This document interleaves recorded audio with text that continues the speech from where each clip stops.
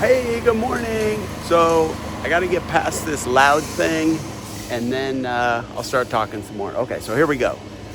We are in London. Oh yeah, I'm gonna wait, hold on. It's loud. Hopefully it will get quieter and then I can talk to you some more. So, okay, there it goes. It stopped. So, woke up this morning in London, England. How cool is that? First place, well, I don't know, first place. First thing I do, I am always excited to go explore the city. I love walking cities. This is what I enjoy doing. And I waited, luckily the sun rose early, so I was able to hit the road about 5 a.m. because I don't sleep no matter what time zone I'm in. Very sad. And funny story, we always have a house sitter when we go out of town, and we use trusted house sitters. If you don't know, it's awesome. Essentially a free service, well, very cheap. I'll put a link in the notes. But she's from England. So anyway, she's in Vegas and we're in England. So I'm now walking down the street that my good buddy JC and I lived in when we did a semester abroad in the fall of 1989. Some of you were probably not even born yet. And it just brings back so many memories. And I guess I'm not sure if there's going to be a point to this video. So I'll start with a question, and would love to hear a comment or see a comment. Is what do you remember from 1989? Or when you go to a certain city or a certain place, does it bring back memories? Good or bad, I suppose. Luckily for me, it's mostly good. Oh yeah, for those that don't know, my name's John, or CabanaJohn, and new to this YouTube thing, but having fun with it. And we're just, I don't know, gonna be rambling a little bit as I walk around this cool city. Some observations, pretty clean. We're staying downtown, and the hotel was actually super quiet, even though it's on a busy street. And I've gotten to the point in life where I'm really happy eating the free food in the hotel lounge. So makes those hotel benefits worthwhile. You get free food and drink internationally. Like, how can you beat that? So here we are. We're almost at the flat. So if you don't know England or London, I'm going to tell you how cool this was. So 1989, we do this semester abroad, which turned out to be sort of a bogus program in that, I'll tell you about that in a minute, why it was bogus. But most of the students lived near the campus, and there were 7 of us, I think, living in this flat. And we were, it just said, nope, you guys got to take a subway. It'll be like a half hour. Let's look at the address. Here is the address right here. So up there, I think it was floors 2, 3, and 4. Or in English terms, floors 1, 2, and 3, because the ground level is the ground level.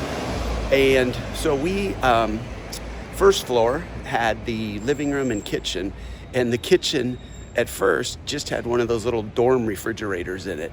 And there were 7 of us living there. And we're like, 7 Americans need bigger than a dorm refrigerator. So then they brought us a second dorm refrigerator. So we had 2 dorm refrigerators. You know, those small, not the teeny dorm refrigerators, but the pretty small ones. So we lived up there. I think JC and I were on that would be the second floor, or third floor in American terms. And there were 3 of us or 4 of us in that room. JC, myself, Romero, maybe that was it. I don't remember exactly. Anyway, but we lived here in Covent Garden. So if you know, literally, I just walked from the Covent Garden tube stop to the place, took 3 minutes. That was our tube stop. And if you know London, like, that's pretty cool. I remember going to Sticky Fingers, I think it was called, which was I'm sure it's still there. It was like a bar sort of a rocker club, and I think the Rolling Stones allegedly had started there. That was before I was alive, thank you. But anyway, I think they even had an album by that name. So London, 1989 memories. It seems like yesterday. I was telling Kitty Cat about it last night, and I remember, let's see if there used to be a payphone over here because I had a girlfriend that I missed. What a sad sap I was. And I would walk over to this payphone, which doesn't seem to be there anymore, so that's too bad. Because of course we didn't have a cell phone in 1989. And I'm gonna tell you how much it cost, because you'll laugh. So it was right over there by that theater. It was in this little park area there, somewhere in there. And it was like total theater district. Not that we're theater people. There was a pub, and it's still there, of course, right there. I remember going in there and sort of a little bit talking politics, with people, which was interesting because I had never thought about what the rest of the world thought about our president. Whether I liked him or didn't like him wasn't the point. But then to hear someone sort of be negative, I was like, oh, wow, interesting. I didn't know. So I was a sad sap. I would go over to this little park area across from this theater and call her. This was long before Kitty Cat, and Stephanie by name. What's up, Steph? Hope all is well. Great person. I have nothing bad to say about. I have nothing bad to say about any exes. It's time and a place in life. So the phone call. I'm sorry it's so loud. This video might not work. We'll have to see. But maybe I'll go back the quiet way. It's just too loud because there's no phone to look at anyway. What was I going to say? Oh yeah, phone call. So back then, this is 1989. It was, and this is with a Sprint card, which was the discount. If you remember Sprint, if you had Sprint or MCI before they merged, and you had your Sprint card, and you had to dial up all these numbers and enter your code, and then it was $5.25 for the first 3 minutes. So even if I got the answering machine, it was $5.25. Well, that was a lot of money back then. So, and I don't remember if I would leave a message and then say, okay, I'm going to try again at, tomorrow at a certain time. I don't remember what we did on that. But anyway, good morning. It was, but like I said, $5.25 was a lot of money back in those days. Good morning. Let's say, there used to be a little store over there across the street, still there. Okay. I would get I think it was the Herald Journal. Herald Review. I don't know what they call it. It was the International Herald Tribune. I don't know what it was called, but it was the international newspaper. And so you're getting like 2 or 3 day old sports scores by the time we got it, because they weren't given, baseball scores and then the football scores, or American football as it is called here. Sunday night, they had an American football show. And I think it was like an hour or maybe 2, and they played quickly through a game. It was on tape, and they would play through, rush through the game because it wasn't a full unedited game, so it was an hour. I don't remember, 2 hours maybe, but I think an hour. More highlights. What was I going to tell you? I remember one morning, and this would have been in October of '89.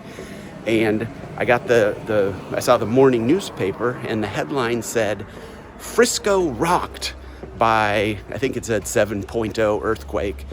And I was like, Frisco? Like, is that a place in the UK? Like, I honestly, I didn't put 2 and 2 together. Because we had certainly not been watching the World Series game, the night before. And so did not realize they were actually talking about San Francisco. So that was sort of funny to come to that realization. Of course, I was at the time going to college in Northern California, so I missed that. My theory at the time, when I found out about it, is that, God or the gods or whoever that is, it was so unhappy with the World Series being the A's and the Giants that they just tried to end it by, a natural disaster. That was my theory at the time. I'm sticking with it. What else can I tell you? So, walking now toward Covent Garden, and I don't know. I should probably sign off for now. But again, would love to hear any stories or memories you have of London or of 1989, or if certain you go certain places, does it bring back memories? If I actually get this posted and anyone watches it, I'll try to do it again in a few days. Have some other cool places coming up on this trip. So anyway, definitely subscribe to the channel, like the video if it was even marginally okay, and we'll keep it going. And always remember, live your next chapter.